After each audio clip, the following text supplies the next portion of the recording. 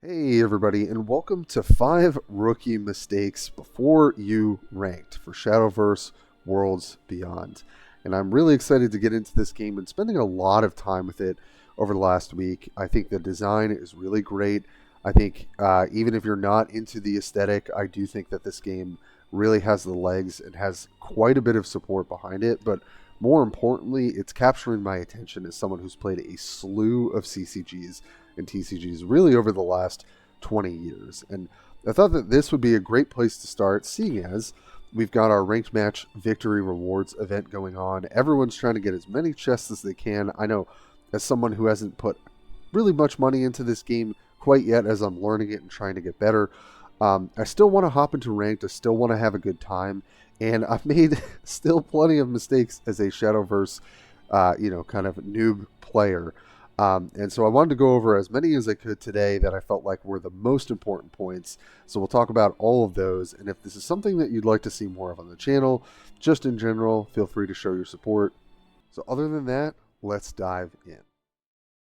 Starting with number 1, I really wanted to talk about cautioning everyone, do not get your free starter deck before you've really sat and played the game. And I know that might sound obvious, but I spent, maybe a day or two and I was like, okay, I've opened some packs, and you get somewhere between, 30 to almost 40 packs for just starting the game and playing it and going through a bunch of missions. That I'll talk a little bit more about that later.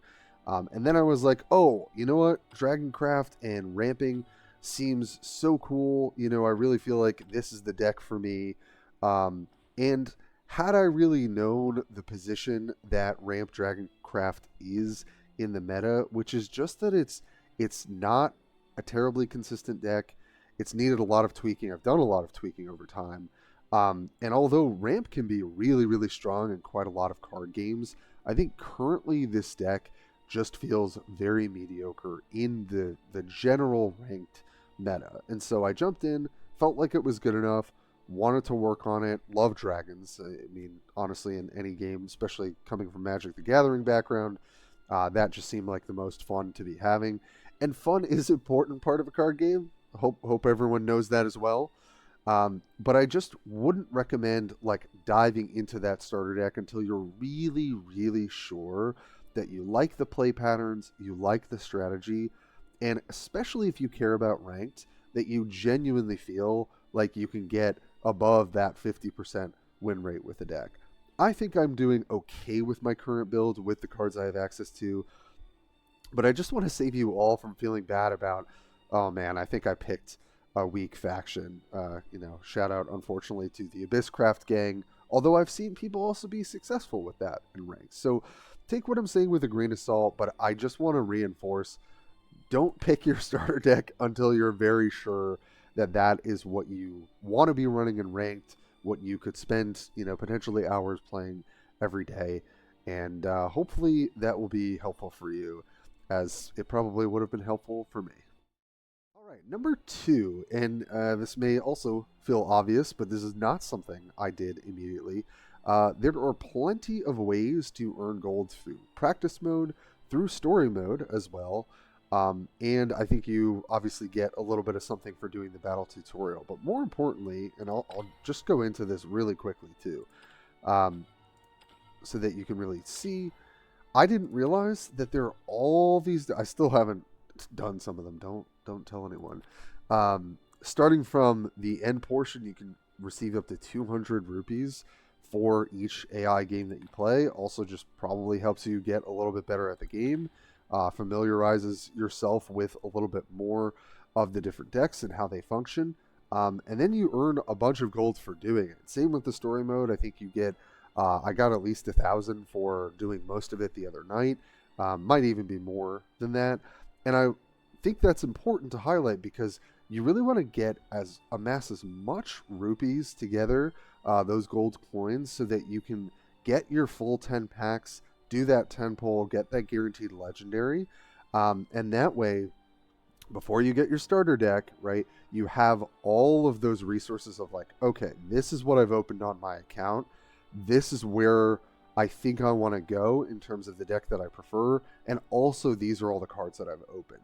So don't miss out on all the gold that you can get from these practice mode type gameplay that you can do, because even though it's not jumping right into ranked, it's just going to set you up so much more for success once you finally lock in what you're doing.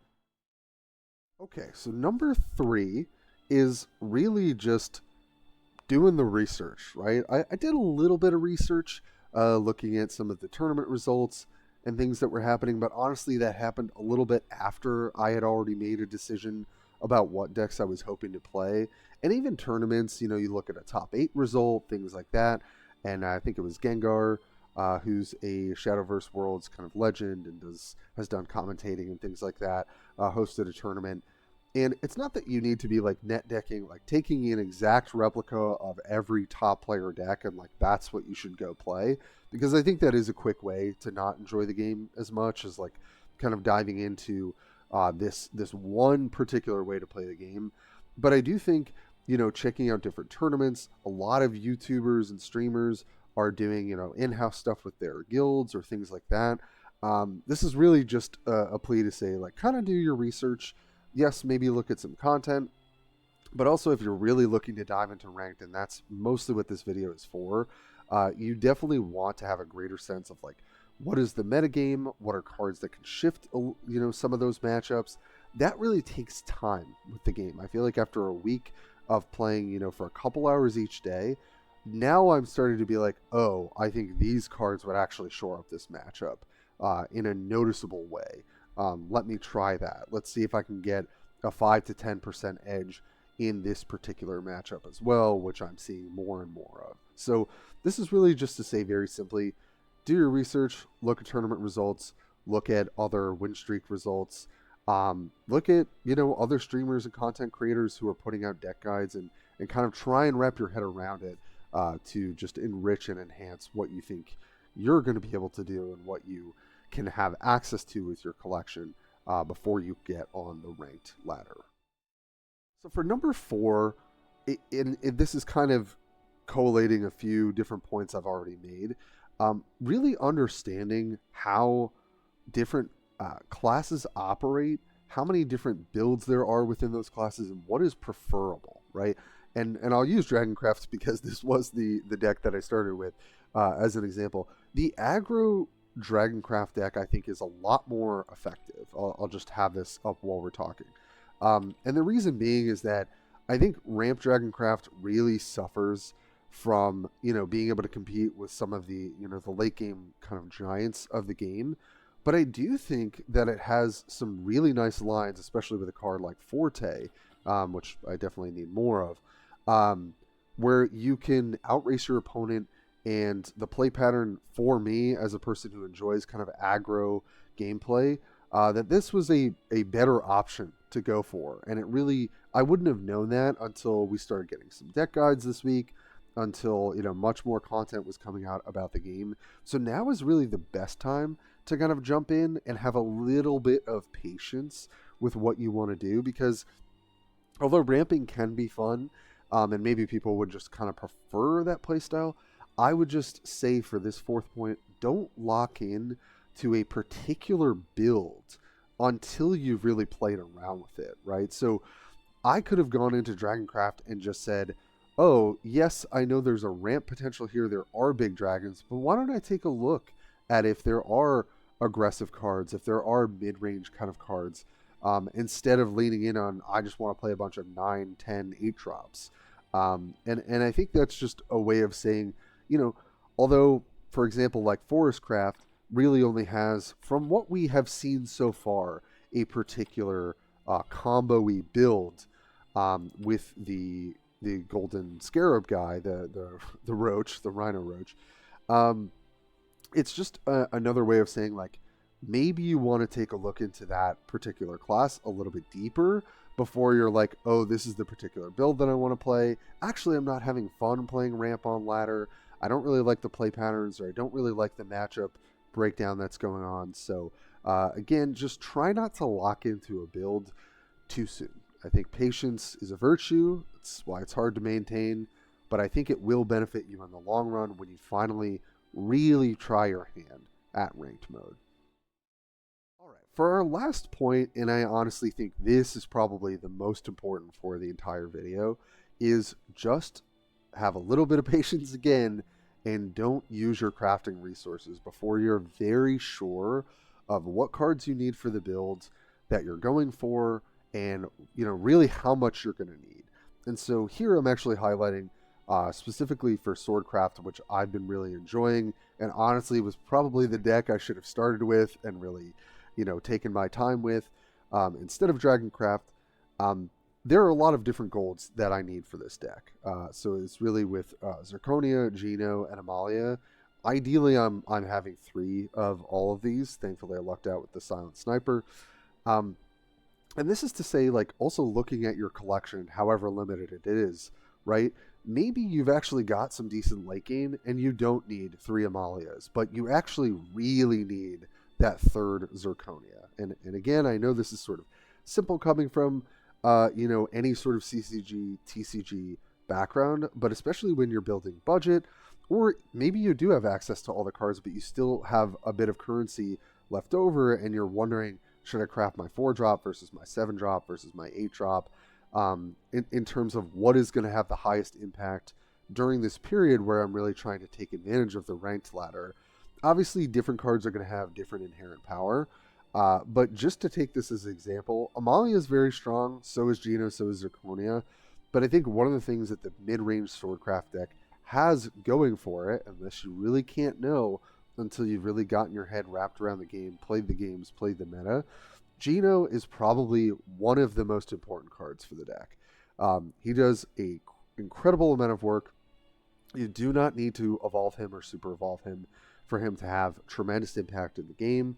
And so this is kind of a way of saying, like, Geno is probably the goal that if I need a 3rd copy, I'm probably going to go for him. Now, I'd be interested to hear everyone's comments, like, what is your approach to crafting? Would you say something different? Would you disagree? I'm all for really hearing the reasons why people approach the game the way that they do. But this is really just to say, hold on to your essence until you're really sure of locking in that build. Also prioritize the cards that are going to have the biggest impact in your game plan. And so even if I don't have that 3rd Zirconia, there are other 4-drops that I know that I can play with a decent effect or a sort of replaceable effect. I can't really replace Geno's effect in this game. And to some degree, I could say that about Amalia as well, which really, just builds an entire board by herself, which is incredible.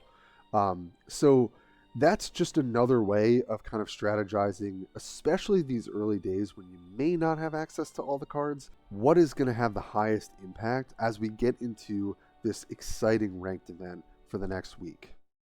So those are my 5 tips before you dive into ranked, and I hope they're helpful. I think they would have been helpful for me had I been a little bit more patient and a little less hasty.